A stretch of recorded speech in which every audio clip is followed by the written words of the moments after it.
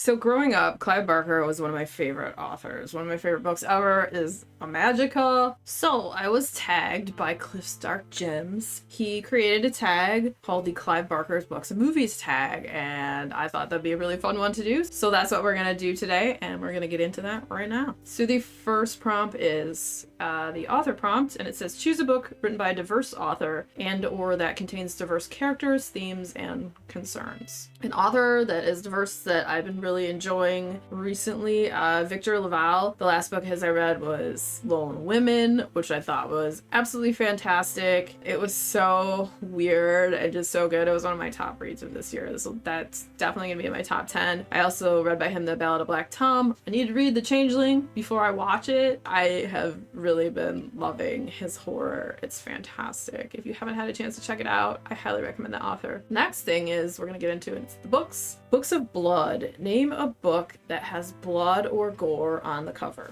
Okay, so this one doesn't have a ton of blood, but it has blood, so it Alice. And so, you know, you got some blood there, a little bit there. That's all we got. I couldn't find any other books that I had that had blood on the cover, but this one did. So this is my book of just a little bit of blood. The next one is The Damnation Game. Name a book where a character takes or chooses sides with the devil or demons. So there's a book called Light from Uncommon Stars by Rika Aoki. It's about this lady who is a violin player, like one of the best in the world. She makes a deal with the devil that she will either turn over the souls, I think it's of like 7 different violin players, or the devil gets her soul. So she starts turning over all these souls, but when she gets to the last person whose soul she's supposed to turn over, she may have had kind of a change of heart. These things do happen. The next one is The Hellbound Heart. Choose a book with a buttload of body horror. Okay, so this one is the book Inside Out by Laura Gislason. It's the goopiest, gloppiest,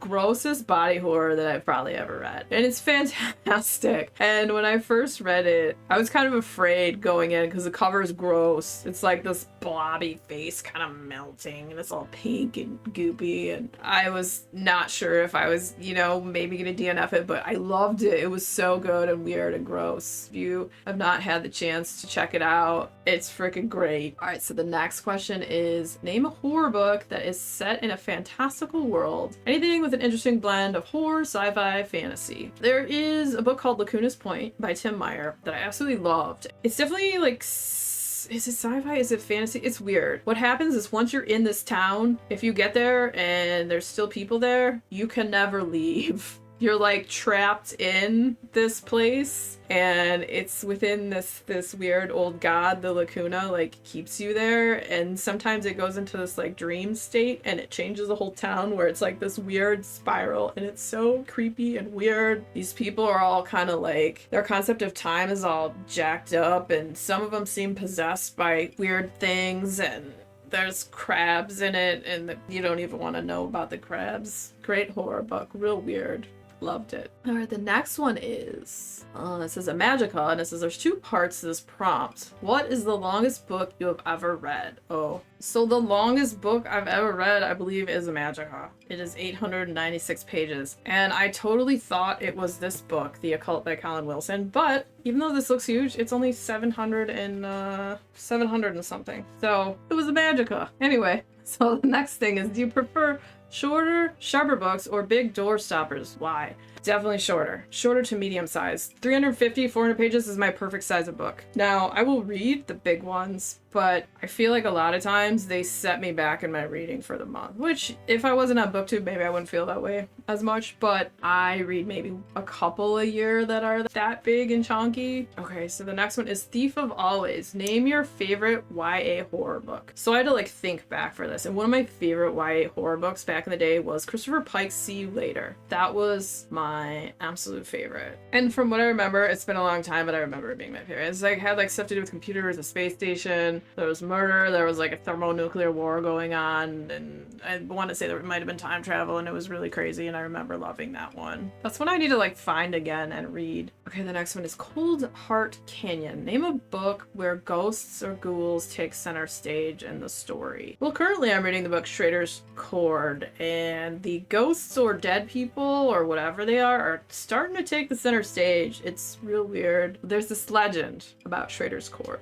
and it was supposedly that when played, opened up the gates between the living and the dead. And so, once it's played, these weird dead people start being seen by the people who played the records, and it gets all weird and crazy, and I'm about 3/4 of the way through it, and it's pretty wild. I'm loving it so far. Alright, so for the next part of this tag, now we get into the movies. Next one is Hellraiser. Name a book set in hell. And I honestly cannot think of a book set in hell outside of like Dante's Inferno, which I've never read. I got nothing on that. I mean, I've read books that like stuff was like hell-ish, but it wasn't set in hell. So next one is The Midnight Meat Train. Name a story that takes place underground. This could be subways, cave systems, mines, or anything that is below the surface. There's a book called Etidorba. It is about this guy who goes underground in all these weird cave systems and goes through all this weird, trippy, crazy stuff. And he's led by this weird creature that doesn't have eyes and encounters all these interesting, weird creatures and drinks strange elixirs. And yeah, it's a pretty crazy book.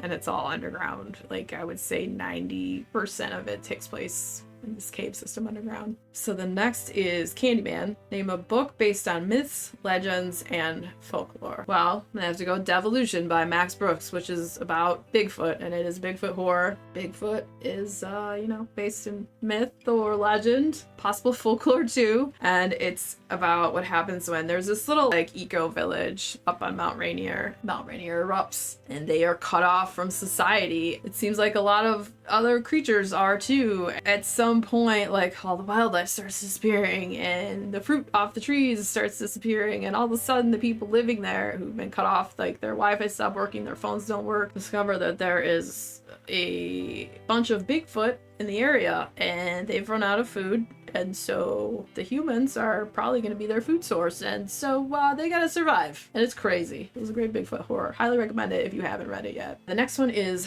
Nightbreed. Name a novel where the reader is more likely to feel sympathy for the creatures or monsters than the humans in the story. I was thinking about like the book Slewfoot. There you have the main character, I think her name is Tabitha, and then she meets Samson. It was the Slewfoot or demon or goat god, but he was like a god of nature, or like a pan type creature. I definitely had way more empathy for him than any of the hateful Christian Puritan townfolk a-holes. They're a bunch of sacks of sacks of crap. That's a great book if you haven't read it. It's pretty awesome. If you enjoy this tag and think you might like to do it, consider yourself tagged. Also, if you're a fan of tag videos, next video coming up will be another tag video, so stick around, check it out. And if you had fun hanging out today, hit that subscribe button, come back, see me again, and we'll talk about more bookish things and weird stuff.